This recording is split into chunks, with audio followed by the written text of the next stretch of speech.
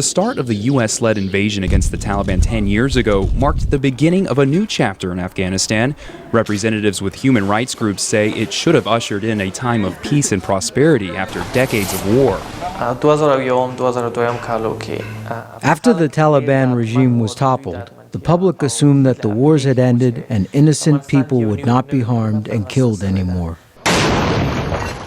But those hopes didn't last long, as insurgent and coalition attacks resulted in civilian deaths.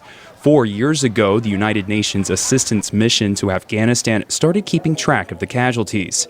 Each year, the civilian death toll has risen from more than 1,500 dead in 2007 to more than 2,700 dead in 2010.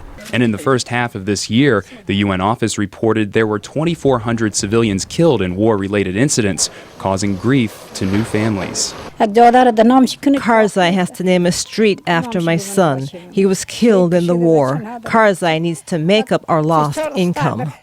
UN officials admit the process for recording casualties isn't perfect. I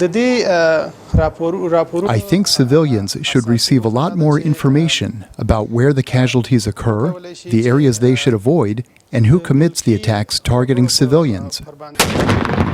A recent UN report said in the first 8 months of 2011, the average monthly number of violent incidents in Afghanistan was more than 2,100, a nearly 40% increase from the same period a year earlier.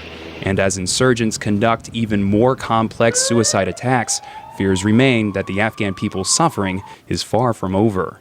Sean Maroney, VOA News, Washington.